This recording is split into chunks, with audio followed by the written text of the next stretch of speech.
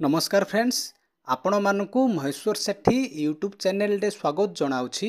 देखंतु मुख्यमंत्री मोहन चरण माझी सार करिसंती बड़ घोषणा। आपणको पाखरे मोर गोटे रिक्वेस्ट कि आपण माने वीडियो टिकु लास्ट पर्यंत देखंतु, कारण वीडियो टिकु लास्ट पर्यंत देखिबा द्वारा आपण माने संपूर्ण रूपे बुझी पारिबे।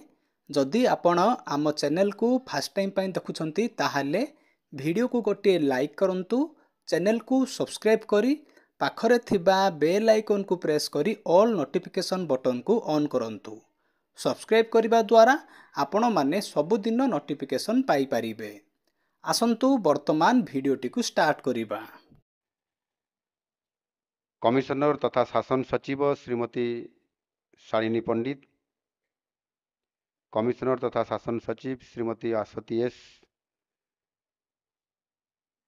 एठारे उपस्थित थिबा विभिन्न विभागर वरिष्ठ अधिकारी नेतृमंडली, समस्त गणमाध्यम प्रतिनिधि आज एठी उपस्थित थिबा नव नियुक्ति पाइथिबा समस्त मोर अति आदरर भाई भणी माने, सरकारंकर स्वप्न और संकल्प को साकार करिवार सामर्थ्य रखुथिबा समस्त नवनियुक्त पदाधिकारी मानंकु मोर पुनर्बार आउथरे आंतरिक शुभेच्छा और अभिनंदन। आज आपण माने ओडिशार जनसाधारण सेवा करिवार सुजोग पाइबे, तेणु आपण माने वृत्तिगत दक्षता और हृदयर सह लोकंकर सेवा करिवे बोली मु निश्चित भाव में आशावादी। आपण माने आज सरकारंकर ये गुरुदायित्व नेला परे ओडिशार प्रगतिर सारथी हेबे। आपण माने जेहेतु समस्ते युव नेतृत्व आउ ये समाज नेतृत्व नव युव नेतृत्व आउ सेई आधार रे आज आपण मानकर पाखरे जो खुशी अच्छी आनंद अच्छी ता सहित अदम्य शक्ति वृद्धि होईची, सृजनशीलता और काम करिवार निश्चित भाव में असरंती उत्साह बढ़ी। तेणु आम सरकार आसिबा दिन ठारू उभय सरकारी और बेसरकारी क्षेत्र में रोजगार सृष्टि को गुरुत्व प्रदान करि आसुअछंती। आज ये जो नियुक्ति मेला क्रमान्वय नवम नियुक्ति मेला, ये आजिर जो नियुक्ति मेला होउछि ये निश्चित भाव में गोटे गुरुत्वपूर्ण 7टी विभागर 1294 जन को नियुक्ति एककालीन प्रथम थर करी आमर रेल विभागर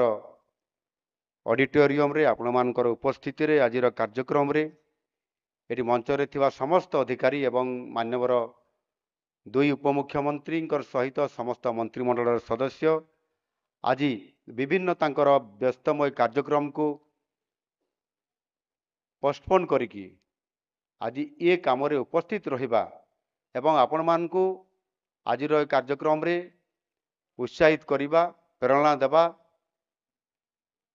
आशीर्वाद देबा निश्चित भाव में बहुत बड़ गोटे काम आज यही पवित्र दिन रे करा जायछि।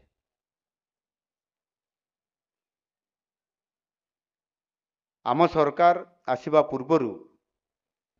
आमे बा आमर दल निष्पत्ति नैथिला जदि आम दल सरकार को आसिबो ताले निश्चित भाव में आगामी 5 वर्ष भितरे 1,50,000 युवक युवती को नियुक्ति प्रदान करिवो। गोटे वर्ष मध्य पूरण ही नहीं, वर्षे पूरिला कि पूरिबा पई जाउछि। 1 ବର୍ଷ ପୂରଣ ହେଇନାହିଁ। ଆଉ ତା ଭିତରେ ଆମେ 9ଟି ନିଯୁକ୍ତି ମେଳାର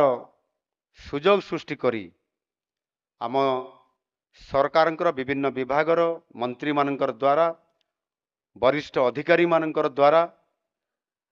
ଯେଉଁ ନିଯୁକ୍ତି ପ୍ରକ୍ରିୟା କରାଯାଇଛି ଆଉ ସେଥିପାଇଁ ନିରନ୍ତର ଭାବରେ ଏ କାମକୁ କରାଯାଉଥିବାରୁ ଆଜି ଆମେ ବହୁତ ବଡ଼ ଗୋଟିଏ ଭଲ ସଫଳତା ଆଜି ଆମେ ମୁଁ ତ ମତ ଦେବି ଭଲ ସଫଳତା ଆଜି ଆମେ ଦେଇପାରିଛୁ। ସେଥିରେ ଆଜିର 1294 ସଂଖ୍ୟାକୁ ମିଶାଇଲା ପରେ ଚଳିତ ବର୍ଷ 27,428 ଜଣକୁ ଆମେ ସରକାରୀ ଖାଲି ଥିବା ପଦବୀରେ ସେ ଆପଣଙ୍କର ଗ୍ରେଡ୍ A, B, C ଯେଉଁ କହୁଛନ୍ତି ସବୁ ଗ୍ରେଡ୍ରେ ଆଜି ଆମେ ନିଯୁକ୍ତି ପ୍ରଦାନ କରିଛୁ। ଏଥିରେ ଆମ ସରକାରଙ୍କର ସ୍ପଷ୍ଟ ଆଭିମୁଖ୍ୟ ମିଶନ ଏବଂ ଆମର ବିଚାରଧାରା ଏ ସମସ୍ତ କଥା ପ୍ରତିଫଳିତ ଅଛି। ଆଉ ସେଥିପାଇଁ ସରକାରକୁ ଆସିଲା ପରେ ଦିନ ରାତି ଏକ କରି ସମସ୍ତ ମନ୍ତ୍ରୀ ପରିଷଦର ମୋର ସଦସ୍ୟମାନେ କାମ କରୁଛନ୍ତି। ଆଉ କାମ କରିବା ଦ୍ୱାରା ଆଜି ଆମର ସଂକଳ୍ପ ପତ୍ରରେ ଦିଆଯାଇଥିବା ଜନସାଧାରଣଙ୍କୁ ପ୍ରତିଶ୍ରୁତି ନିର୍ବାଚନ ପୂର୍ବରୁ ତା ମଧ୍ୟରୁ 21ଟି ବଡ଼ କାର୍ଯ୍ୟକ୍ରମ ଥିବା ପ୍ରୋଗ୍ରାମ ଥିବା ଭିତରୁ 11ରୁ ଅଧିକ କାର୍ଯ୍ୟକ୍ରମକୁ ଗୋଟିଏ ବର୍ଷ ଭିତରେ ପୂରା କରିବାର ଯେଉଁ ଆଜି ଦମ୍ଭ ଦେଖେଇଛନ୍ତି ତା ନିଶ୍ଚିତ ଭାବରେ ଓଡ଼ିଶା ରାଜନୀତିକ ଇତିହାସରେ ଏ କଥା ମନେ ରହିବ। ଆପଣମାନେ ସମସ୍ତେ ନିଶ୍ଚିତ ଭାବରେ ଗଣମାଧ୍ୟମରେ ବିଭିନ୍ନ କାର୍ଯ୍ୟକ୍ରମ ମାଧ୍ୟମରେ ଏ ସମସ୍ତ କଥାକୁ ଆପଣମାନେ ଜାଣୁଛନ୍ତି। ଏବଂ ଆମେ ଯେଉଁ 1,50,000 ଲୋକ ଯୁବକ ଯୁବତୀଙ୍କୁ ନିଯୁକ୍ତି ଦେବା କଥା କହିଥିଲୁ ସେଥିରେ ପ୍ରଥମ 2 ବର୍ଷରେ 65,000 ଯୁବକ ଯୁବତୀଙ୍କୁ ଆମେ ନିଯୁକ୍ତି ପ୍ରକ୍ରିୟାରେ ସେମାନଙ୍କୁ ସିଲେକ୍ସନ କରିକି ନିଯୁକ୍ତି ପତ୍ର ବଣ୍ଟନ କରିବୁ ଏବଂ ସେମାନେ ସରକାରର ଏକ ଅଙ୍ଗ ହିସାବରେ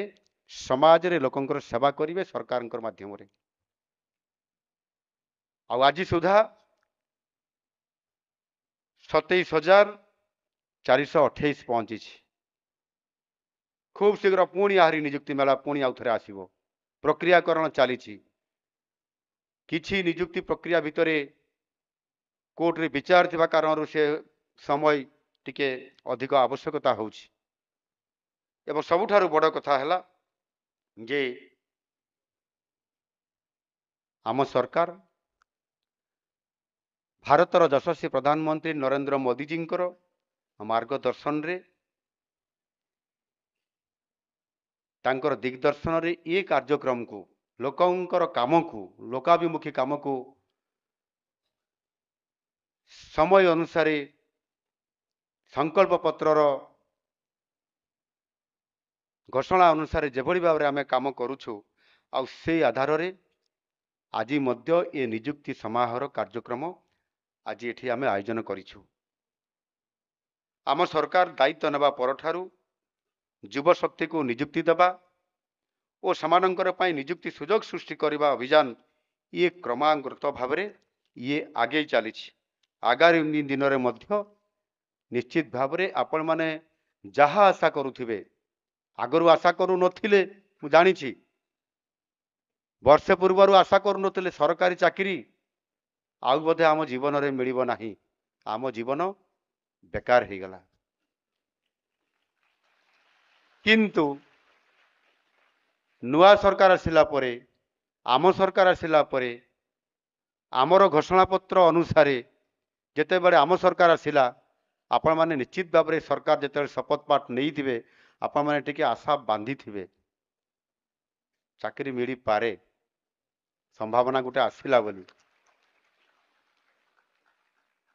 ଆଉ ଆପଣମାନେ ଆଜି କେତେଟା ନିଯୁକ୍ତି प्रक्रिया भितर सामिल अच्छा मु आपण से भितर को जीवा चाहिए ना जन को गोटे निजुक्ति प्रक्रिया रे सामिल हवा किए कृतकार्य होउचंती किए कृतकार्य हो पारु नहांती पुणी आउ थे आशा बांधी द्वितीय बार पुणी आउ थे प्रस्तुत होउचंती आउ केते जन तो बारंबार से प्रस्तुत होउचंती केते थर परीक्षा देलेनी इंटरव्यू देलेनी हिसाब नथिबो आउ सेई माने मध्य गत वर्षे पूर्वर जेतेबेले मु विरोधी दल थिली एवं गत थर जेतेबेले आम विरोधी दल नेतृत्व नौथिलु ता भितर जो माने आपनकर सीनियर ही गलेनी से माने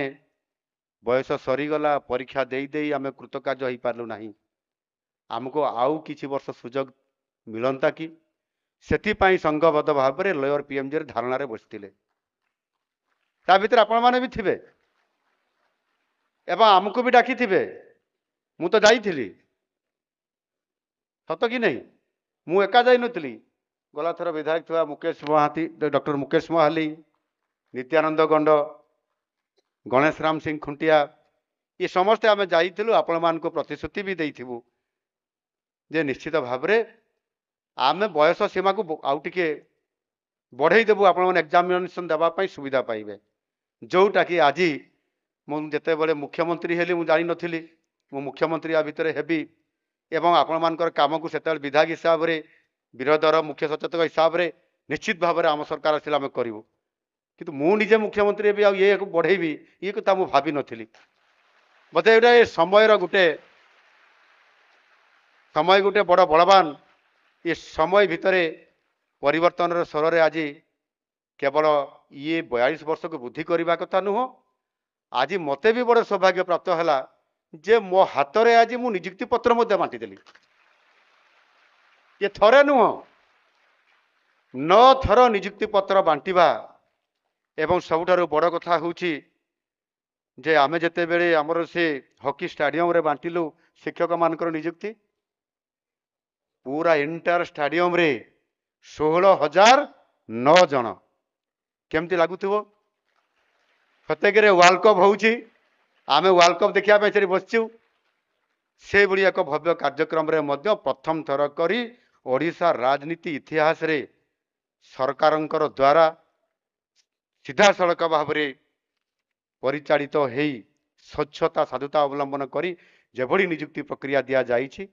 ता केबे हेई नथिला किंतु संभव हैला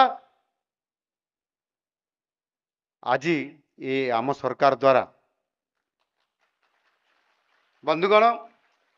ये निश्चित भाव में आज तो आम 7टी विभागर से विद्यालय गणशिक्षा स्वास्थ्य दक्षता विकास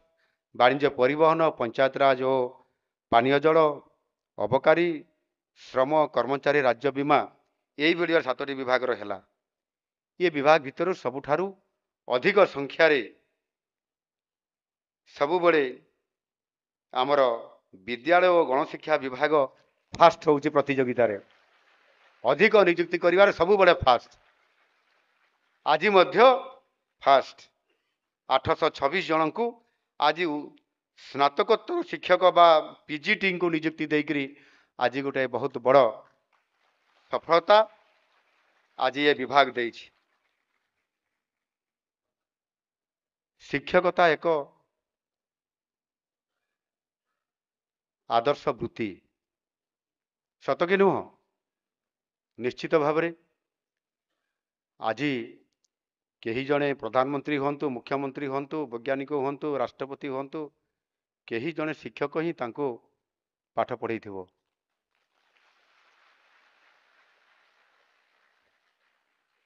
आज ठीक सेमिति मु मध्य मुख्यमंत्री मते भी मोर शिक्षक माने मते पाठ पढ़ई एवं सेमाने मते जो पाठ पढ़ई से भितरे तांकर पाठ पढ़ा शैली को मु ग्रहण करथिली बोली मु भी शिक्षक बनी जाइथिली किंतु राजनीति भितरे आज मते लोकंकर सीधा सड़क सेवा